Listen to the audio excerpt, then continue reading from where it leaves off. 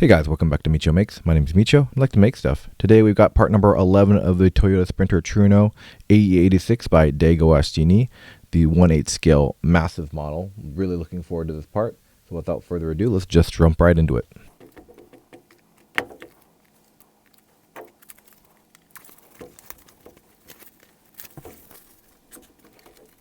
Alright, after removing the top cover, we've got our favorite frames that we have here. Those will get recycled. We've got our kit. Let's take a peek at it real quick. Ooh, looks like what we have here. Exhaust. Maybe heat shield. That looks like intake? Hard to tell. Hard to tell for that. This might be part of the oil pan too. Let's make sure that's in focus for you guys. But that is definitely, it looks like an exhaust to me. Take a look at the booklet.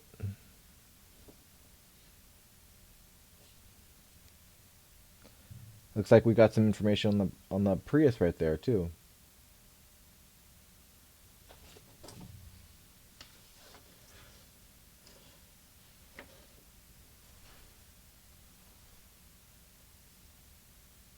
This one looks like a pretty thin book, so obviously there's not too many parts in the kit.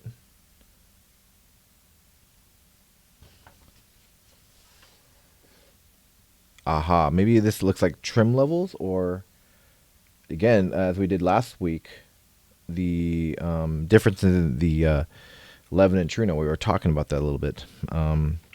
You can see these are both an example Koki versions, because you can tell by the tail lights here.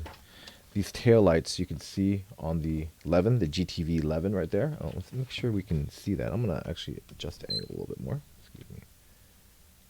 So you can actually see that.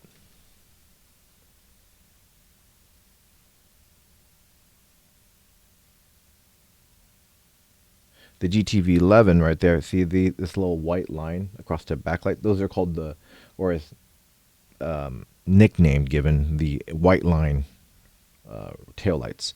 And then these are back here are called the by enthusiasts the red lines. Actually, these are not the red lines, it looks like, but there are differences in the taillight styling for the Levin up here and then the Trueno down here. You can tell, and the Trueno came with the Apex nomenclature, and then the Levin came with the GTV. I believe the GTV was a little bit lower trim level, more I think historical 86 owners would probably be able to tell and correct me on that one, but I believe that is the case. But when it came down to actually the trim levels, that's where that kind of flown into. Now, granted, there was, I believe, no GTV Trueno or Apex Levin, I believe, but you can correct me if I'm wrong. You can see the differences in the front styling too. The Koki versions, as I mentioned before. Oh, actually, no, this is Zenki. Okay, so the Zenki had smaller front corner lights. So you can see right here on this Trueno version the small front indicator lights, and the Kokis, the later versions, 86 to 87, had these kind of wraparound corner lights. So I believe that's maybe where I'm wrong, because this is a Zenki Trueno without the red line, because in the the Koki Truenos, they actually had a red line on that styling, just kind of like this, where the Koki, the 86 to 87 versions, had this kind of line. The same kind of styling, but with a red line, and those are very rare taillights too as well. You kind of, as an owner, if you do a conversion, because in the America they never got the Levin, they only got the Trueno. A lot of guys do conversions. They want to make sure they match up the Koki or Zenki styling in their body, to make sure that they kind of follow the same lines. You can see here the taillights. These are the I believe, a 3-door taillights, the Zenki taillights for the Trueno. Oh, sorry. Yeah, this is the, yeah, it looks like the Trueno. Well, obviously this is 11, so it says right there. And the Trueno version of the Zenki taillights, because it's not redline. My apologies. It looks like, because you can see it here, it's just like they're showing these different versions here. So, yeah, identifying the styling is sometimes pretty difficult because there's really subtle differences. There's not really much trim level difference besides that, but from 84 to 85 and then 86 to 87, there are some stylistic differences that some people like to call out and make sure.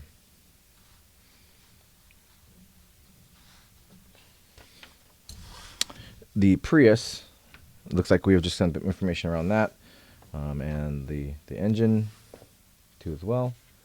If you'd like to read that stuff on the Prius, you can go ahead and pause that video, part of the video. But this is actually a pretty thin book, so this is actually the only page here. Okay, after looking this over, it looks like what we're dealing with today is actually the exhaust, obviously, the exhaust manifold. I believe this is the heat shield, and then these are actually parts of the downpipe that go directly to the actual exhaust system. This is a gasket, and this is again another part of the exhaust, I believe, manifold. That way, it's going to be going to the downpipe. I guess we have another vacuum tube there, it looks like, too, as well. Pretty short version this time. That's totally fine. But without it further ado, let's just jump right into it.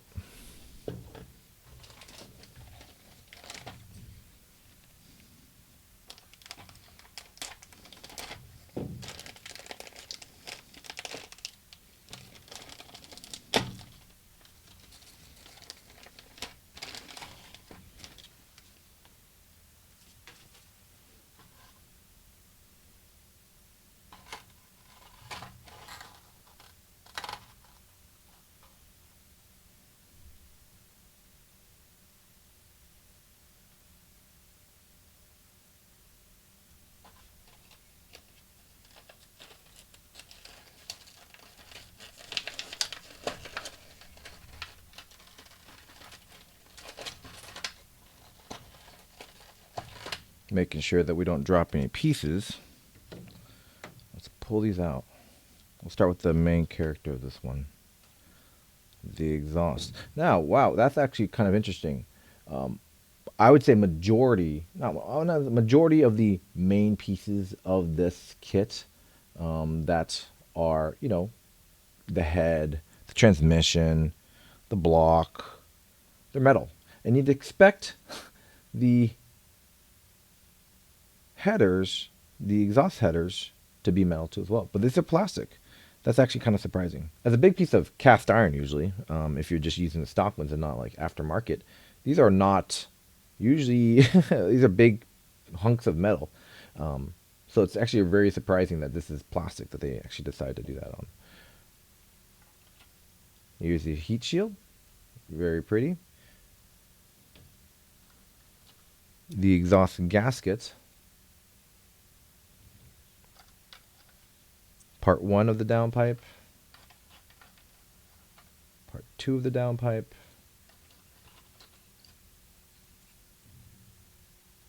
And this part 2 as well. And for screws, we have AP, AM, and we do have a little piece of hose too as well. All right, let's grab our engine and see where this will go. All right, it looks like step 1 is we're actually attaching the heat shield directly to the exhaust here. So we'll take an AP screw.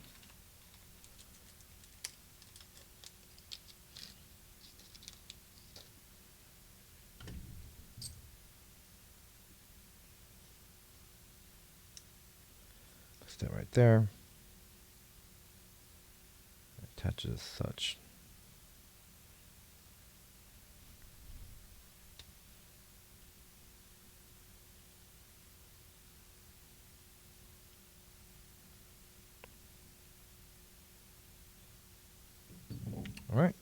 Pretty simple. Now we are going to be taking the 11C part of the downpipe, which has a little bit more detail. Has these little holes here. That's part 11C. And we're going to be attaching this to the downpipe. Looks like it's going to be going this direction right there.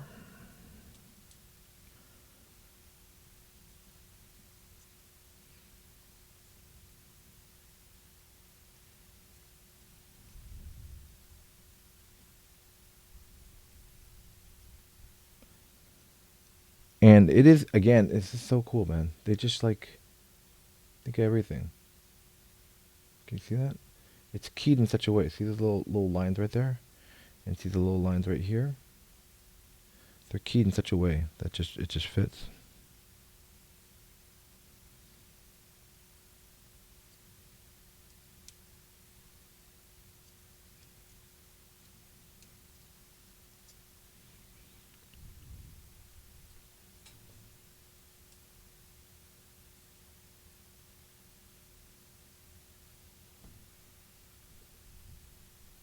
Okay, with this piece, it looks like it's actually keyed in such a way that it just would fit right here.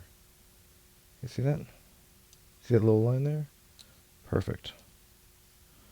It just nests right there. And then this one, the opposite side, it is keyed perfectly right there.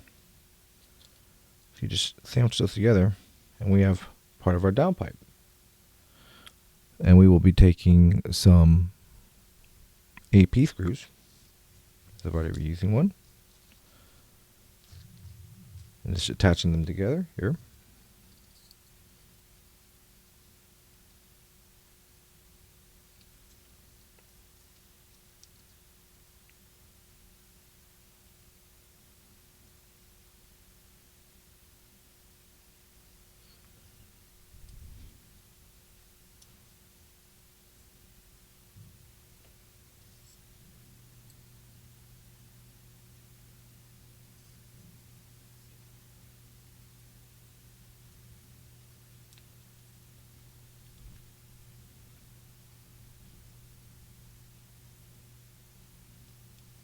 All right.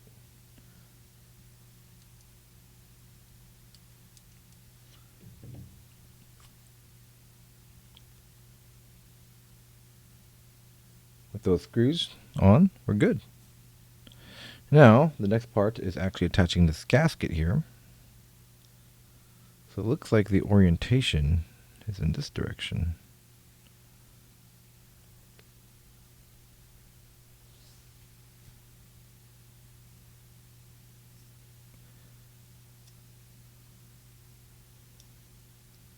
It drops just like that.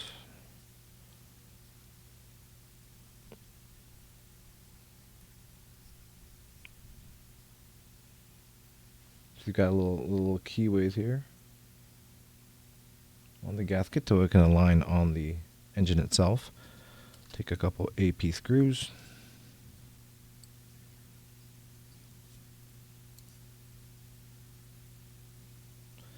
And these get screwed right on to the exhaust.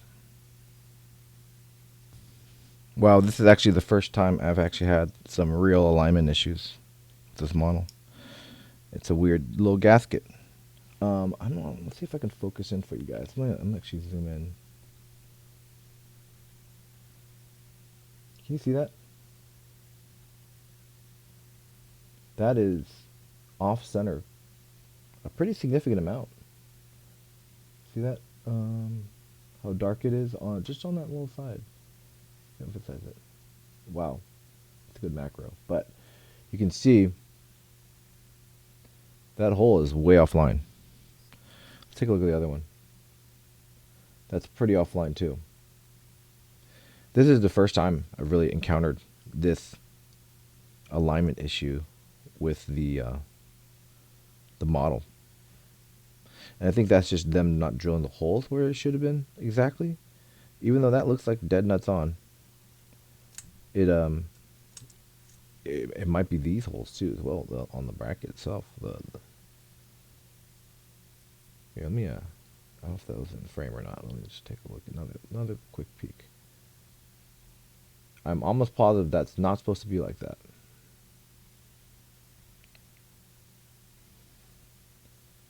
I'm gonna give it a go. They are. This is exactly how it's supposed to be. This one doesn't look as bad, but there's definitely a lip there.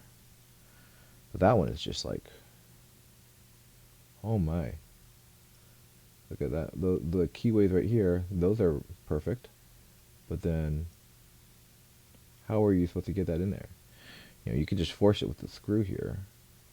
But yeah, I don't know. I'm gonna give it a shot. I'm gonna actually put the one on the left first, just so that there isn't, you know, we can actually just get it placed upon it, the gasket on there, and then we'll try for the one on the right there. A second.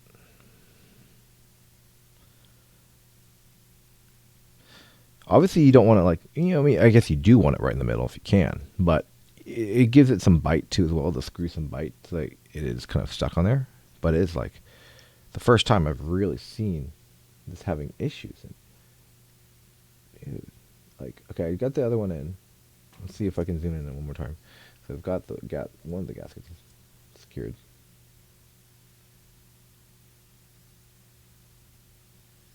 Can you focus on this, please?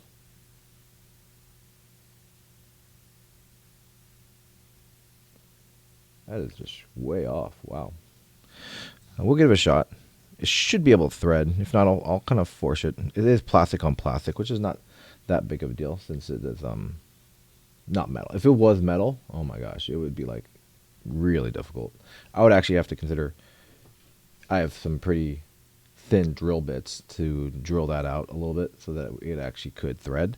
But with this much and it's plastic, it should be okay. As long as you get a good bite into it. Oh yeah, it's threading. Probably not perfect. Yeah, I can hear it kind of. There we go. Probably the first time I've had issues with this model kit. And that wasn't that big of a deal. All right. We are all set for the exhaust. All right, with that part complete, we are ready to mount it on the engine. We're going to be mounting it right here on this side where you can see the exhaust goes, right next to the oil filter. You know, this is the kind of main reason why you actually have a heat shield, to make sure that, you know, it doesn't kill your oil filter too as well. Let's just go and get that aligned. Looks good right there. There are, again, keyways. We're using these little studs here on the exhaust gasket here, and you just kind of find the keyways. It'll align the holes, and then we have a couple screws to actually get this aligned and installed. Let's lay that down real quick.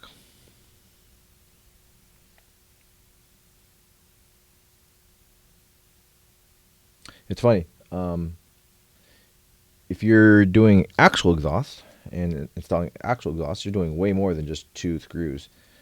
You've got one in probably every like up and down there, but obviously this is a model kit, so it doesn't really matter too much to just have 2. We are using the AM screws this time, not the AP ones. And I've noticed that too. The different screws are for different applications. We have these certain screws that are for plastic to metal, and then you have other ones that are plastic to plastic. And I believe that is on purpose. It seems like everything in this model is intentional.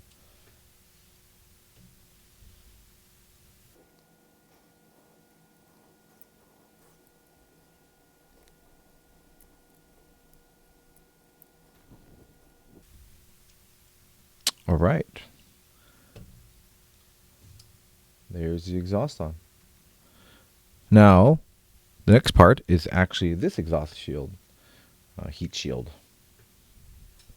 This is actually very important to help not melt your distributor cap, which does happen.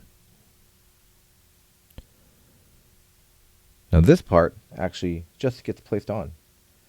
You do not need any screws. Just sticks right on to the top of that. And that is, again, to help dissipate heat from your distributor cap right there.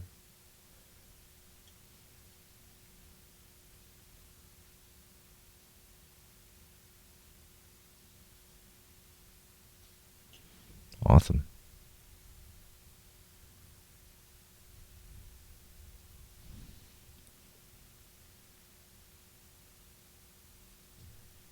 Now, for the final part that we have to install, it looks like it goes on this side.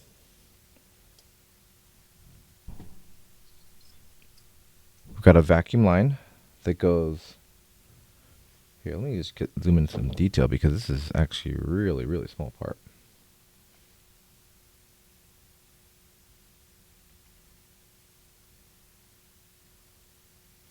It goes from this portion right here to this. This one's sticking out right here. This to this. And that's what this hose is for. Talk about a really, really small detail. So let's get that attached. Place that on there. I'm assuming you could glue this on. It's not necessary. It looks like it slides on real well. Then we will take tweezers here and bend that down. Oops, let me make sure that's in frame. To this point right there. Just the details. Oh my gosh, it's so cool.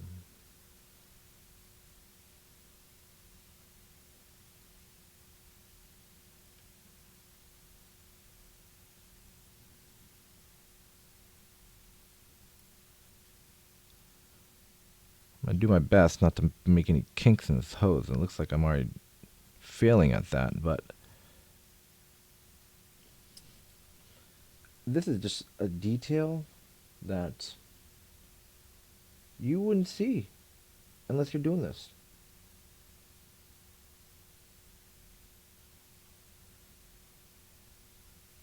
It's just such a small detail. That's so hidden away. Oh, there it is. Small detail that's so hidden away in the engine that, you know, who would notice that? Ever. Unless you're like lifting it up and looking underneath. It's completely unnecessary, but it's also completely necessary with a model like this. Sounds very strange to say that. But, and that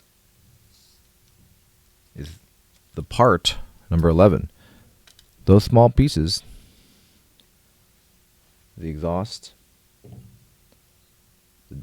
the downpipe, the exhaust shield, the shield here, and then this little hose down there. This thing is really coming along.